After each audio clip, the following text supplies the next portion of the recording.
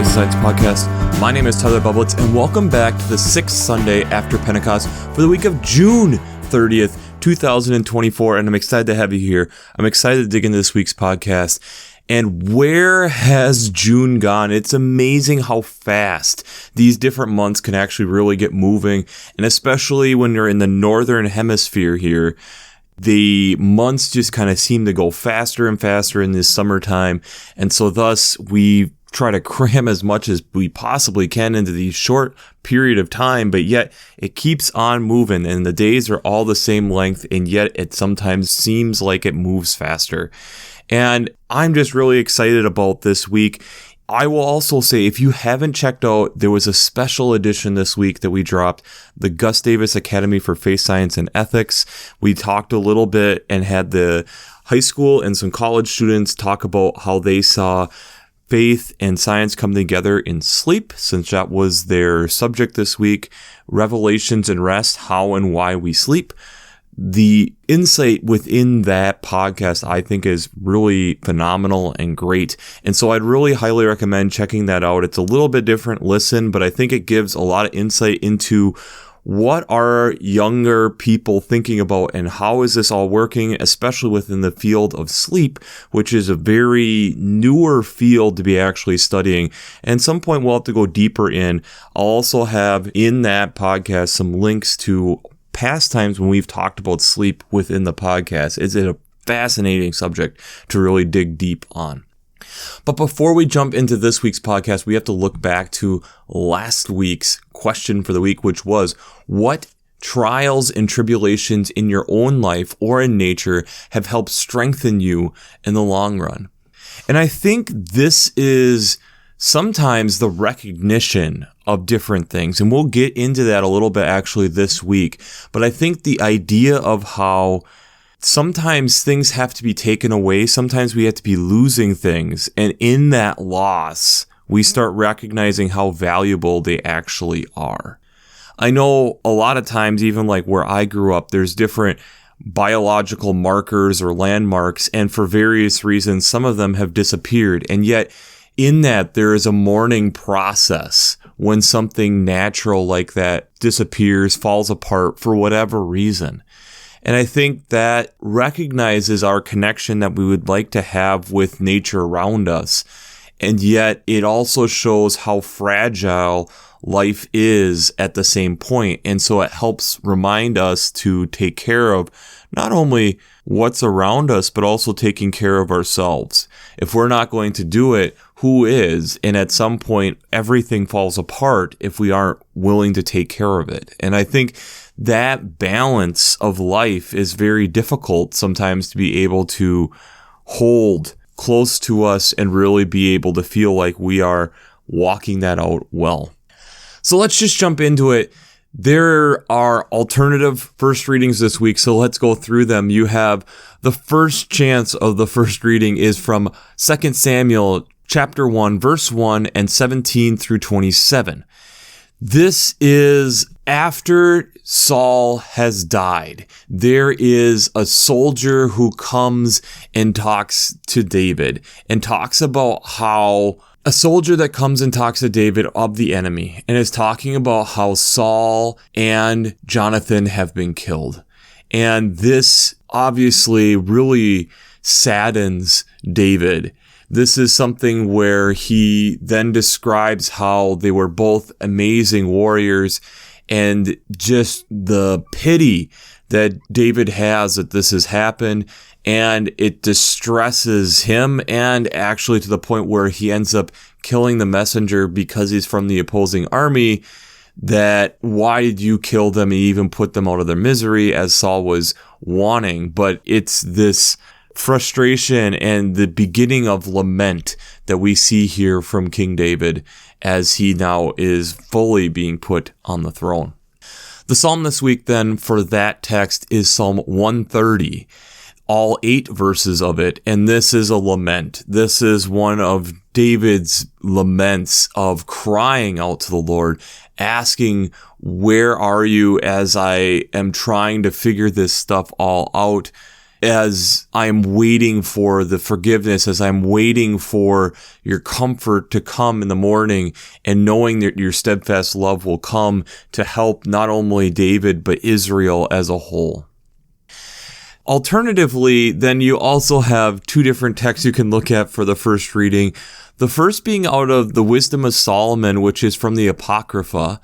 And that is chapter 1, verses 13 through 15, and chapter 2, verses 23 and 24. And this text gets through how God is not a God of destruction and death, that we have a God of life that wants to be able to build things of immortality, of eternity, and yet we have the devil who comes in and tries to destroy that. But it's aligning ourselves and realizing that God is about eternity and life, and destruction and death comes from the devil. Alternatively, you can get into Lamentations chapter 3, verses 22 to 33. This section of Lamentations is one of the few bright spots of hope within the book. But it's recognizing that the steadfast love of God that we have is being able to give us this hope, and it's seeking truth. It's seeking the salvation of the Lord. It's recognizing that we were breathed life into, and that God doesn't take that lightly, that God is then not going to reject us, that there is compassion and love because of that act of what God did for us. The psalm that goes with that is Psalm 30, all 12 verses of it. And so this text is, as we are going through these difficult times and crying out for the Lord, we recognize that God has continued to heal, that God has continued to be there, that God is there to be singing praises with and giving thanks for what God is doing. And this recognition of who God is and what God is all doing in and around us, recognizing that God has been there from the beginning and is being able to take our mourning into dancing, coming out of verse 11. So these difficult times, like we kind of talked a little bit about last week, helps shape us and move us into joy, being able to see and recognize how God is not abandoning us and walking with us through life as we walk through this difficult time. The second reading this week is out of 2 Corinthians chapter 8, verses 7 to 15. This text recognizes that in everything that we do, that this is an outward expression of the love that God has given us. And this has been something that we have been able to see through Christ, that it's not something that gets separated by being rich or poor, that this is something that is freely given. This is something that is a gift, and it's us understanding what our different gifts are and how to be able to share them and share them in abundance with everyone around us, to make sure that we are able to provide this wealth within us as we have been given gifts and being able to share that with the community. The gospel text this week is out of Mark chapter 5, verses 21 to 43. So this picks up where we were last week. Jesus finishes and crosses the sea as we pick up from last week. One of the leaders of the synagogue, Jairus, comes and talks to him that his daughter is at the point of death, and if Jesus can come and lay hands on her, she can be made well. Remember, on the other side of the sea before the storm, that's what Jesus was doing healings. So Jesus then gets up and is going through the crowd to be able to go to this girl. There is a woman who has been suffering from hemorrhages, which is a type of bleeding, for 12 years. She has seen physicians, and it's just never gotten better and drained a lot of her finances. She believes that if I touch his cloak, I will be made well. She goes up, touches his cloak. Jesus notices this and asks, "Who touched my cloak?" The disciples are kind of mocking him. There's all these people around. How can you tell? And the woman then falls down at the feet of Jesus in fear, knowing what she has done. And Jesus responds with, "Daughter, your faith has made you well. Go in peace and be healed from your disease." While this is all happening, a leader comes to Jairus and says, "It's no use. Your daughter is dead. Don't bother him any further."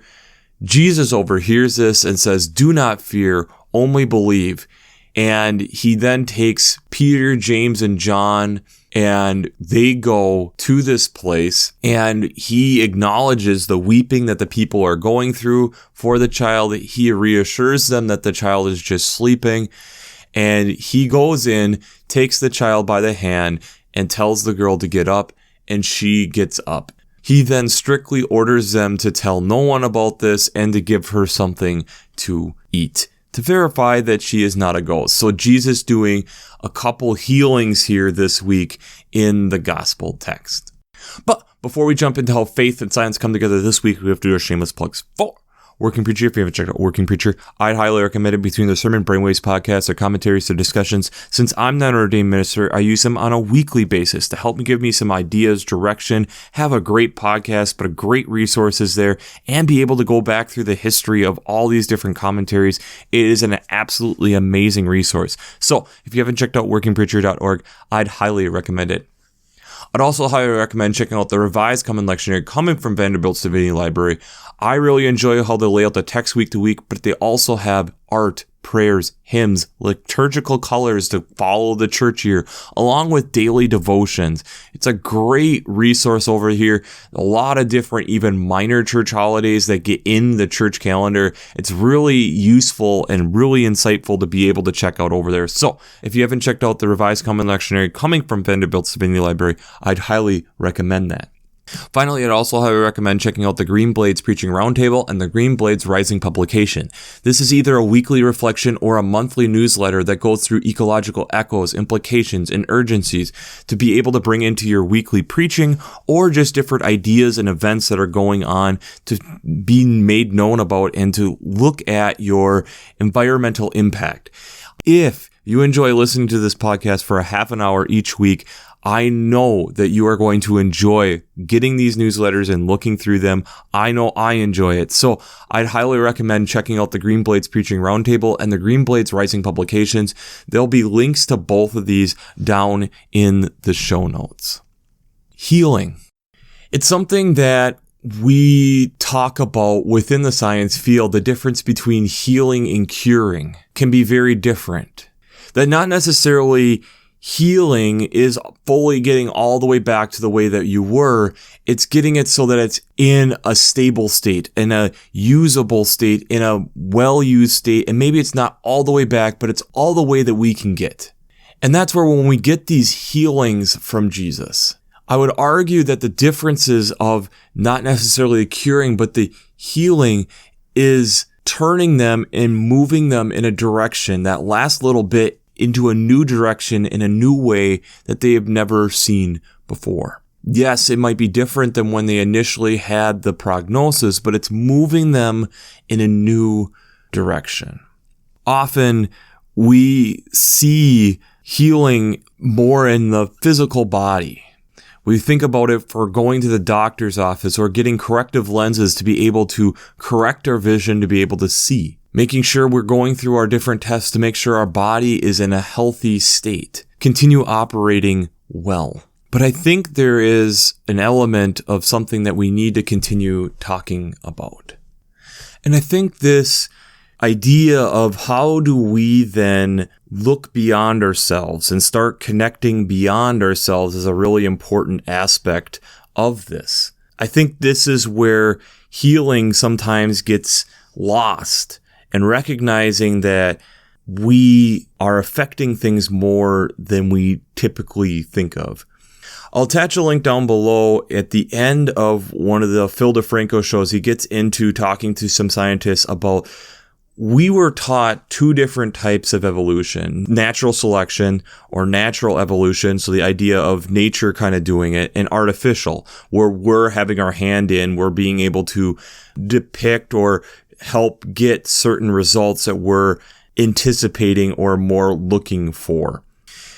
And now we're looking into a third one, being anthropogenic evolution. This is the idea and concept that we're having as humans an effect on nature, even though it was unintended. So the idea of being like how the Industrial Revolution has changed with the amount of CO2 that we're putting into the environment has changed things like the peppered moth, how it went from the white moth being desired to the black moth being desired during the early stages of the Industrial Revolution in the UK, based on the amount of soot and ash that was being put into the atmosphere, and thus the area around to be able to prioritize and actually help those that were the black morph.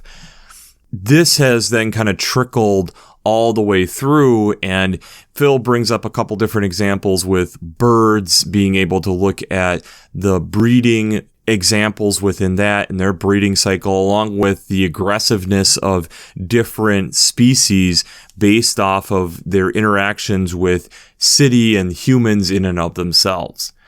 But I think this kind of brings up another part of this. As we have industrialized in many parts of the world, it has meant that we are reducing our native ground, seeing it as places to be built, seeing it as land that can be torn up and planted, or torn up and be built other infrastructure on. And this has then continued to actually show in the long term that we have had issues. One of the perfect examples, and I'll attach some links down in the show notes, is talking about Iowa. Iowa is going through some major areas where they are trying to restore the land. They are trying to bring it back, the native prairies that were initially there. Part of this is due to the fact of how much we have farmed Iowa. And the way that we're farming Iowa is not the way we used to do it, or the way that we in our head see farming to be. Most of farming now is these metal sheds where we have our animals. You don't see them out on the prairie, but you can smell them. For example, Iowa has 25 million hogs, and because hogs defecate 3 times as much as humans, they are making as much manure in Iowa as people make in Texas, Illinois, and California combined. In doing this, this has been polluting their waterways up to 60 to 70%. It's making almost like a sewage, and thus it's actually damaging the people of Iowa, based on that Iowa has the second highest cancer rate in the United States. This should be a canary in the coal mine, as Austin Frederick says, who is the author of Barron's Money, Power, and Corruption of America's Food Industry. And he gets into talking about how food doesn't taste the same way as it used to, but he is emphasizing here how some of the industrialization of food has actually impacted the way that food tastes, based on the fact that we are giving them corn and grain instead of the animals going and actually grazing on the native grasses and the native plains that are there. And again, I'll attach more links down below, but this is not something that is uncommon. We have done this in many places, and see how the land bucks, how the land is thirsting for us to actually give it some attention. And when we do, it responds so greatly. One of the supporters of Church's Chicken initially has bought an overgrazed area of land in Texas Hill Country 50 years ago. And in doing that, he has restored the land based on a lot of it increasing biodiversity, but also David Bamberger has brought in a lot of grasses. And what do grasses do? The roots, being deep and long, help hold water to be able so that that water doesn't just run off, but it's able to go in and soak into the soil. And in doing that, it has actually naturally refilled some of the aquifers that were naturally underneath the land, to the point where the springs have actually started to respring again as this land has been able to be reborn again. Another one that I hold very near and dear to my heart is Crex Meadows. Crex Meadows is in the northwestern part of Wisconsin, and it's in the Pine Barrens of Barron County, Wisconsin. In the mid-1800s, the sandy soil was trying to be farmed, and it wasn't causing great success. So in the 1890s, people started to drain this wetland, and watching the other waterfowl and other wetland animals slowly migrate out of the area. In 1912, Kreck's Carpet Company came in to make grass rugs and purchased 23,000 acres to be able to do this. As laminate flooring became popular, the company went bankrupt in 1933, and the state of Wisconsin and later stepped in, bought 12,000 acres of it, and restored it back to Kreck's Meadows Wildlife Area, which now has become a major stop on the flyway for a lot of these different birds as the wetland has been restored and brought back and utilized as the land is breathing a sigh of relief to be refilled. So often we see the land as something that can just be disposed of, something that we can take advantage of.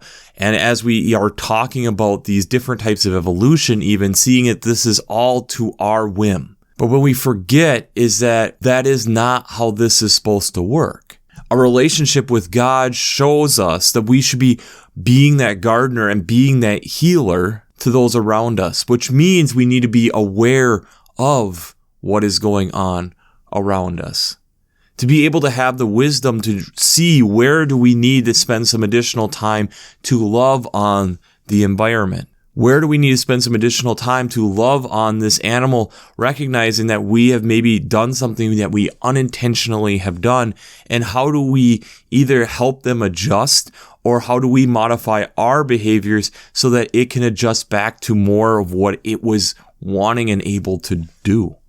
I find it very interesting when we think about it from that perspective of Jesus wanting to make sure and understand the woman who touched him and understand what Jesus had done. Jesus wants to understand what Jesus had done to better understand the impact of what was going on around. Jesus then makes sure that the child not only is healed but is fed to be able to continue making strides and growing and being able to be this vibrant 12-year-old girl. Notice and remember that this is a society that de-emphasizes the role of women, and yet Jesus heals 2 different women this Sunday. We also then have these laments.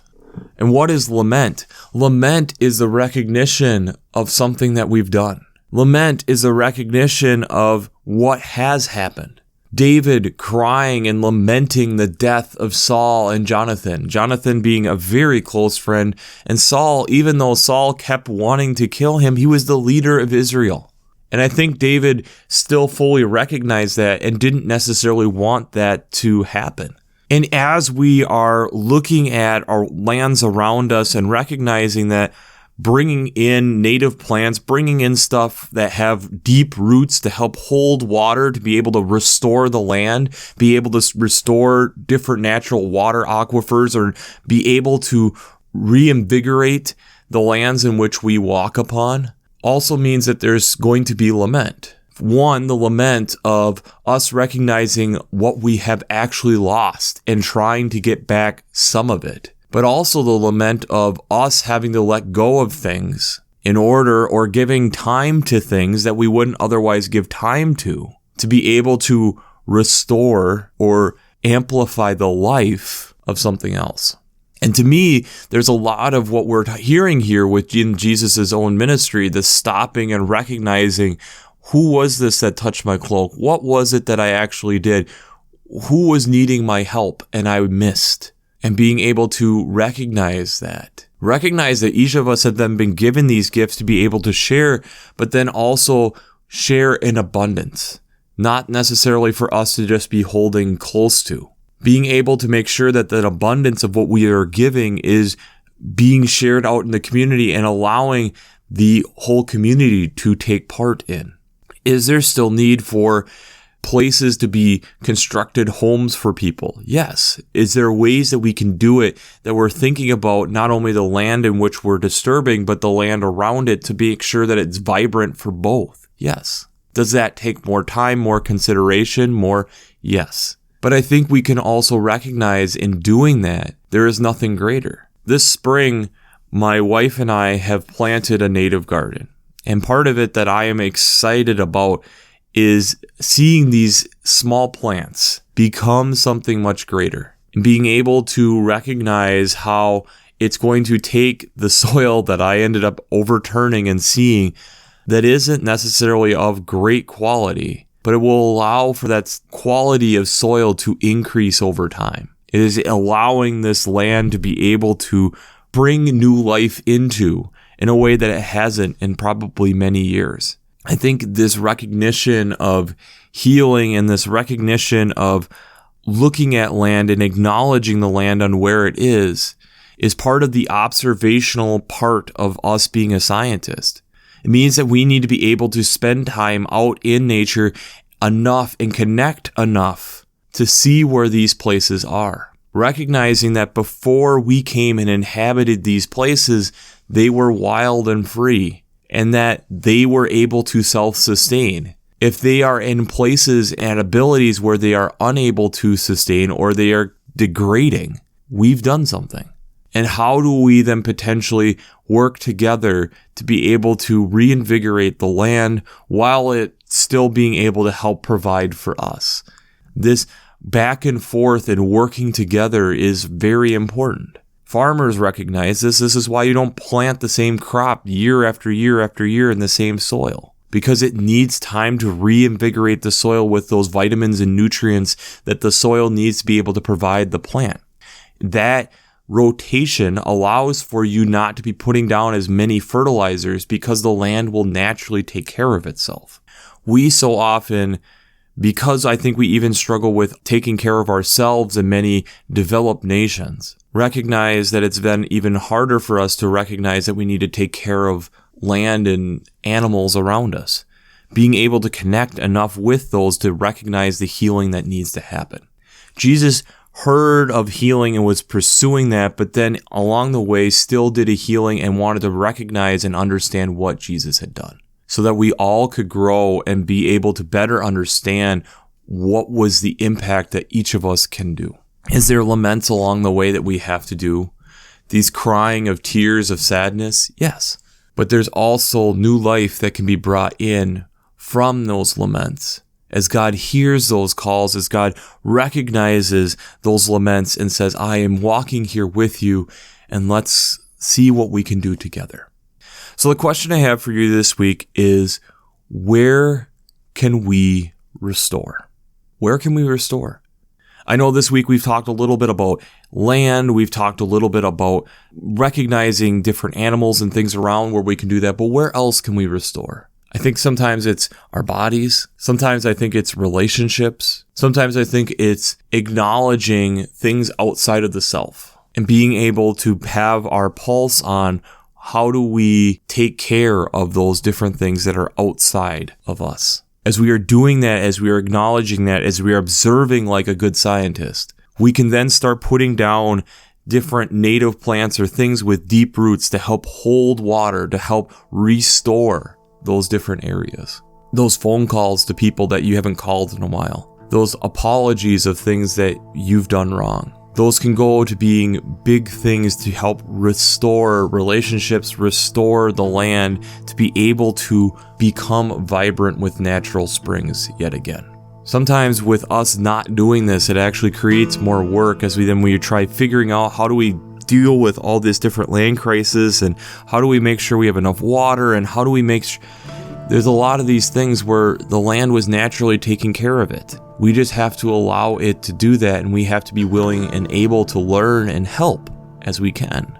And I think there's a lot of wisdom that can come from that in allowing for us to learn and grow in our world. That each of us have different gifts and abilities, like was talked about in 2 Corinthians, and allowing each of those gifts and abilities to be shared in abundance. Making sure that all of us have things to share and all of us have different things to contribute, and allowing those gifts to be able to be shown and shared. So, we'll wrap this up as we always do. I pray God blesses you through your faith and amazes you through science.